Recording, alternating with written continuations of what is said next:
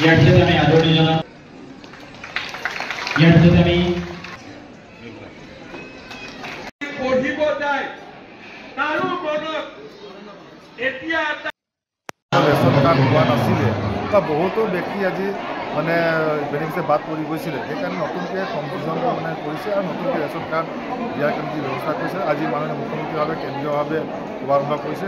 আজি সমগ্ৰ অসমতে 49টা বিধানসভা সমষ্টিতে এই ৰেচন কাৰ্ড বিতৰণ আৰম্ভ হৈছে। প্ৰথম ফেজ, ছেকেণ্ড ফেজত আকৌ মানে হ'বগৈ।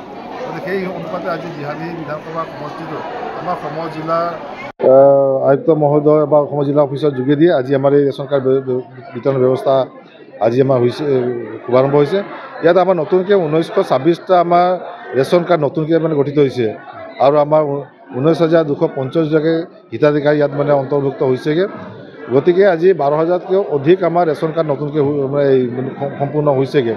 গতিকে ইয়াৰ যোগেদিয়ে বহুতো দুখীয়া ৰাইজ আজি মানে উপকৃত হ'ব। এই খাদ্য সুৰক্ষাৰ যোগেদিয়ে বিনামূলীয়াকৈ যে চাউল বিতৰণ ব্যৱস্থা কৰিছে।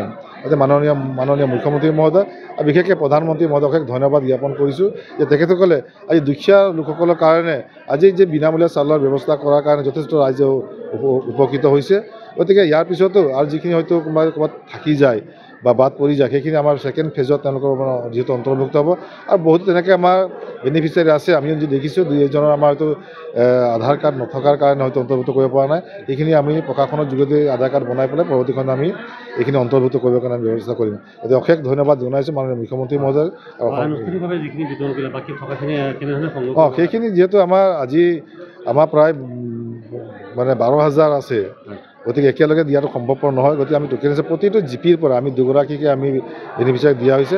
গতিকে আমাৰ যি সমবায় আছে বা আমাৰ হেয়াৰ শ্বপ আছে, দোকানী আছে, তেওঁলোকৰ মাধ্যমেৰে আমি নিজৰ কণ্ট্ৰল দোকান যি আছে তেওঁলোকৰ মাধ্যমেৰে বাকীখিনি ৰেচন কাৰ্ড ইতিমধ্যে আমাৰ সম্পূৰ্ণ হৈছেগৈ। গতিকে আমি তেওঁলোকৰ যোগেদি বিতৰণ ব্যৱস্থা কৰা হ'ব। হয়, চাওক আজি সমগ্ৰ অসমত আপোনালোকে গমেই পায় যে মুঠ 49টা LACত আজি ৰেচন কাৰ্ড ডিষ্ট্ৰিবিউশ্যন হৈছে। তাৰে আমাৰ বিহালী সম জিলাত যি বিহালী LAC আছে, বিহালী LACৰ অন্তৰ্গত মুঠ 19,245 গৰাকী নতুন হিতাধিকাৰীয়ে লাভ কৰিব সমৰ্থ হৈছে।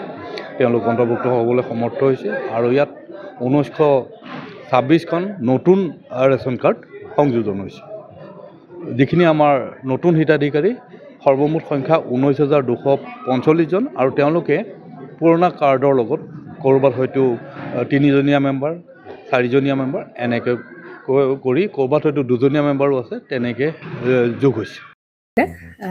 জুবিন গাৰ্গৰ গীতসমূহৰ ওপৰত আধাৰিত গানে কি আনে নামৰ এটা সুন্দৰ অনুষ্ঠান আপোনালোকৰ ওচৰলৈ আহি আছে অতি শীঘ্ৰে। অহা 15 আগষ্টৰ পৰা ধেমাজিৰ পৰা প্ৰথম অডিশ্যন আৰম্ভ হ'ব আৰু সেই অডিশ্যনৰ যোগেদি বিভিন্ন কণ্ঠশিল্পীসকলে যিসকলে এই অনুষ্ঠানত যোগদান কৰিব বিচাৰে তেওঁলোকে এই অডিশ্যনৰ যোগেদি আগবাঢ়ি আহক আৰু জুবিন গাৰ্গৰ বহুত ভাল লগা গান আমি সদায় শুনি আহোঁ। আৰু আপোনালোকৰ যদি ভাল লগা গান থাকে জুবিন গাৰ্গৰ আপোনালোকে গাই ভাল পায় তেন্তে অডিশ্যনত যোগদান কৰক। মোৰ ফালৰ পৰা আন্তৰিক শুভকামনা থাকিল এই সম্পূৰ্ণ অনুষ্ঠানটোলৈ। ধন্যবাদ।